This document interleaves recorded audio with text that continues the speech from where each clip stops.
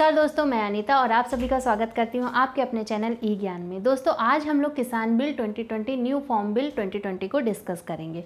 लेकिन आगे बढ़ने से पहले आप हमारे चैनल, अगर आपको ये वीडियो अच्छा लगता है तो आप हमारे चैनल को लाइक एंड सब्सक्राइब ज़रूर कीजिएगा। जैसा कि आप लोग अभी जानते हैं, अब चलिए आगे बढ़ते हैं किसान बिल की तरफ।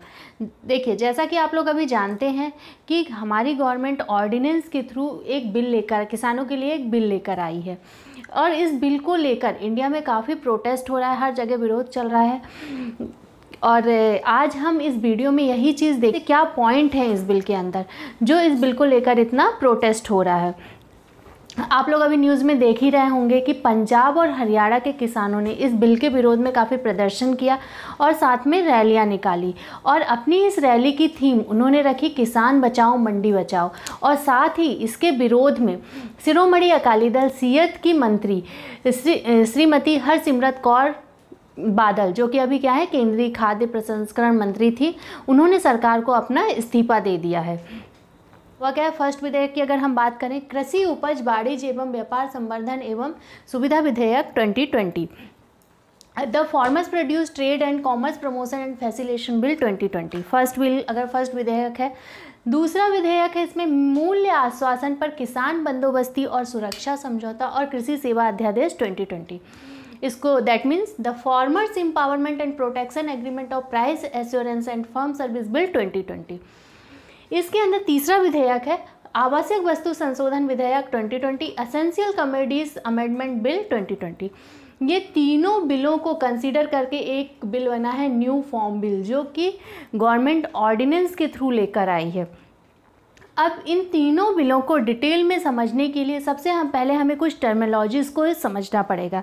अब ये टर्मिनोलॉजीज़ कौन कौन सी हैं? सबसे पहले बात अगर हम करें ऑर्डिनेंस, क्योंकि ये बिल गवर्नमेंट किसके थ्रू लाई है? ऑर्डिनेंस के थ्रू। तो सबसे पहले हमें ऑर्डिनेंस के बारे में पता होना चाहिए कि ऑर्डिनेंस क्या होता है। ऑर्डिनेंस जिसे हम हिंदी में क्या बोलते हैं? अध्यादेश। तो ऑर्डिनेंस क्या होता है? ये सरकार का एक विशेषाधिकार होता है। अब इसकी ज़रूरत सरकार को क्यों पड़ती है? तो इसकी ज़रूरत सरकार को तब पड़ती है जब सरकार किसी खास विषय के लिए कोई बिल लाना चाहती हो या कोई कानून बनाना चाहती हो, परंतु संसद में दोनों सदनों या किसी एक सदन का सत्र ना चल रहा हो। दूसरी कंडीशन ये बनती है कि राज्यसभा में सरकार का बिल अटका हो। क्यों अटका है? सांसदों की संख्या कम होने की वजह से। लेकिन तब सरकार क्या करती है? अध्यादेश को लेकर आती है, ठीक। और इस अध्यादेश से जो कानून बनता है उस कानून का प्रभाव भी उतना ही होता है जितना कि संसद द्वारा बनाए गए कानून का होता है। इसमें सबसे इम्पॉर्टेंट बात है जो आपको याद रखने लायक है, क्या? कि संविधान का अनुच्छेद 123 राष्ट्रपति को ऑर्डिनेंस जारी करने की शक्ति प्रदान करता है। कौन सा? संविधान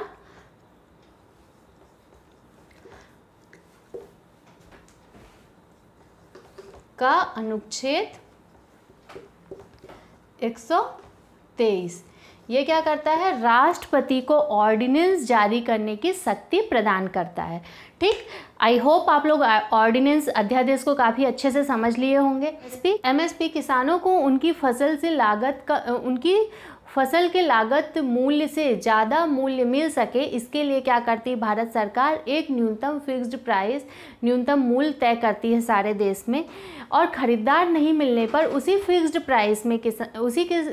प्राइस पे किसान से फसल को खरीदती है।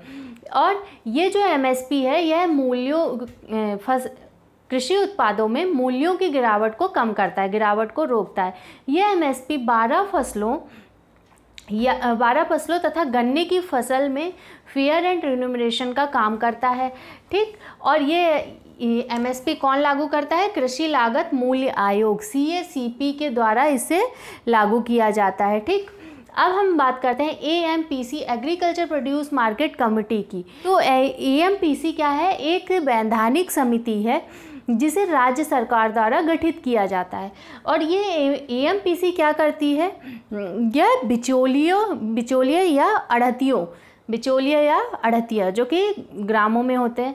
बिचौलिया और अड़तियों द्वारा किसानों के शोषण को रोकने में मदद करती है। ठीक है, यह ध्यान रखती है कि बिचौलिया और अड़तियों के द्वारा किसानों का शोषण ना हो, और साथ ही किसान अपनी फसल का लागत से कम मूल्य अपनी फसल को लागत से कम मूल्य पर बेचने में मजबूर ना हो। मतलब उन्हें अपनी जितना उन्होंने अपनी फसल में लागत लगाई है उससे कम मूल्य में, घाटे पे वो अपनी फसल को ना बेचें, इस बात को इंश्योर करती है एएमपीसी। एएमपीसी के तहत राज्यों में विभिन्न स्थानों पर मंडियां निर्धारित की जाती है और ये इन मंडियों में किसानों की फसलों की बोली लगाई जाती है, तब जाकर फसल को बेचा जाता है, जिससे किसानों को सही समय पर अपनी फसल का सही मूल्य मिल सके। और साथ ही बड़े होल सेलर्स, रिटेलर्स और ट्रेडर्स को किसानों से डायरेक्ट कॉन्ट्रैक्ट करने की अनुमति नहीं होती है। ठीक, ये आई होप ये टर्मिनोलॉजी आपको काफ़ी अच्छे से समझ में आ गई होगी। अब हम डिटेल में इन सारे पॉइंट्स को बिल को डिस्कस करते हैं। ठीक है, चलते हैं आप बिल की तरफ। तो क्या है आपका जो फर्स्ट बिल है, कृषि उपज वाणिज्य एवं व्यापार संवर्धन एवं सुविधा विधेयक 2020, the farmers produce trade and commerce promotion and facilitation bill 2020। Bill के अकॉर्डिंग गवर्नमेंट का कहना है कि यह जो बिल है, the farmers produce trade and commerce promotion and facilitation bill, यह देश में एक कृषि बाजार का निर्माण करेगा। और साथ ही इस बिल को हम एपीएमसी बाईपास बिल भी कह सकते हैं। एपीएमसी बाईपास बिल, इस बिल को हम एपीएमसी बाईपास बिल भी कह सकते हैं। गवर्नमेंट के अनुसार इसमें यह प्रोविज़न दिया गया है कि जो फसल अभी किसान कहाँ बेचते थे, मंडी में, तो और बाहर बेचने के लिए वह स्वतंत्र नहीं रहते थे, लेकिन इस प्रोविज़न के बाद किसान अपनी फसल अपनी स्वेच्छा से जहाँ उनको रेट अधिक मिल रहा है वहाँ बेच सकते हैं। वे डायरेक्ट प्राइवेट फर्म से भी कांटेक्ट कर सकते हैं।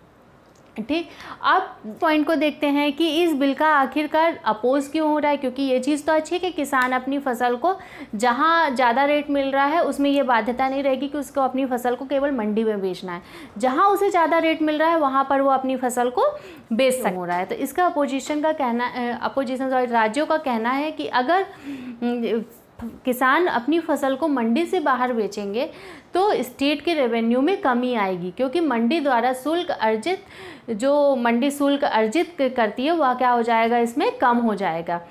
और स्टेट क्या करता है, जो कि उन्हें रेवेन्यू मिलता है वो ये गांव के विकास में, रोड सड़कों में इसमें यूज़ करते हैं, तो उनका रेवेन्यू कम हो जाएगा।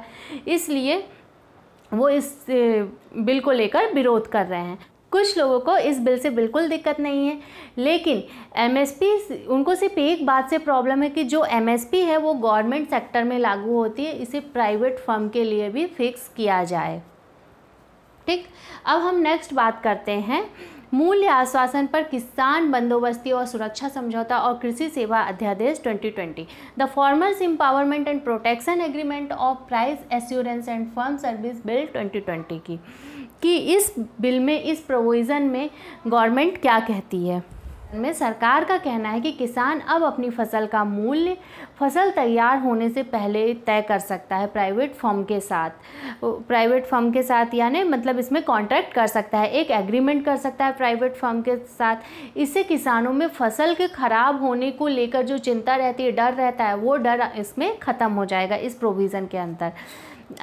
अब इसमें ऑपोजिशन वालों का क्या कहना है, क्यों इस बिल का विरोध किया जा रहा है? इसका कहना है कि यह बिल बड़े व्यापारियों को ध्यान में रखकर बनाया गया है और यह बिल है जो वो फूड एंड एग्री बिजनेस को डोमिनेट करेगा, और साथ ही बड़े जो व्यापारी हैं वह किसानों को झांसा देकर अपने मन मुताबिक फसल का सौदा तय करेंगे। इस बात को लेकर ये विरोध जता रहे हैं। अब हम तीसरे बिल को लेकर डिस्कस करते हैं, एसेंशियल कमोडिटी अमेंडमेंट बिल, आवश्यक वस्तु संशोधन विधेयक 2020। इस बिल में क्या था, अब तक सरकार कुछ ज़रूरी आइटम को स्टोर करने के लिए एक सीमा तय की गई थी, मतलब सरकार द्वारा क्या करता है, ज़रूरी आइटम को स्टोर करने की एक सीमा तय की गई थी, लेकिन इस प्रोविज़न में उस सीमा को हटा दिया गया है।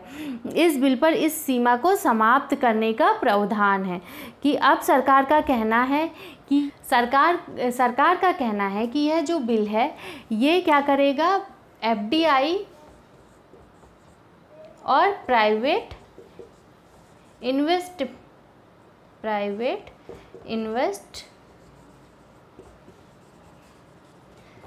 लेकर आएगा। सरकार का कहना है कि यह बिल FDI और प्राइवेट इन्वेस्टमेंट को लेकर आएगा और साथ ही जो आपके ज़रूरी आइटम की लिस्ट, एसेंशियल कमोडिटीज़ आइटम की लिस्ट थी, जैसे दाल, प्याज, आलू, तेल, वनस्पति तेल, तिलहन, इन सबको एसेंशियल कमोडिटीज़ से हटा दिया गया है। अब इस बिल में अपोजिशन का क्या कहना है, अब हम ये देखते हैं। अपोजिशन का कहना है कि इस बिल में जो प्रोविज़न दिया गया है उससे बड़ी कंपनियां क्या करेंगी, ज़रूरी आइटम्स को स्टोर करके रख लेंगी, जिससे मार्केट में कालाबाजारी बढ़ेगी। आई होप आप लोग किसान बिल को काफ़ी अच्छे से समझ गए होंगे। मैंने अपनी तरफ से कोशिश की है आप लोगों को समझाने की किसान बिल को। अब हम लोग मिलते हैं नेक्स्ट वीडियो में नेक्स्ट टॉपिक के साथ। अगर आपको ये वीडियो अच्छा लगा हो तो चैनल को लाइक एंड सब्सक्राइब जरूर कीजिएगा। Thank you.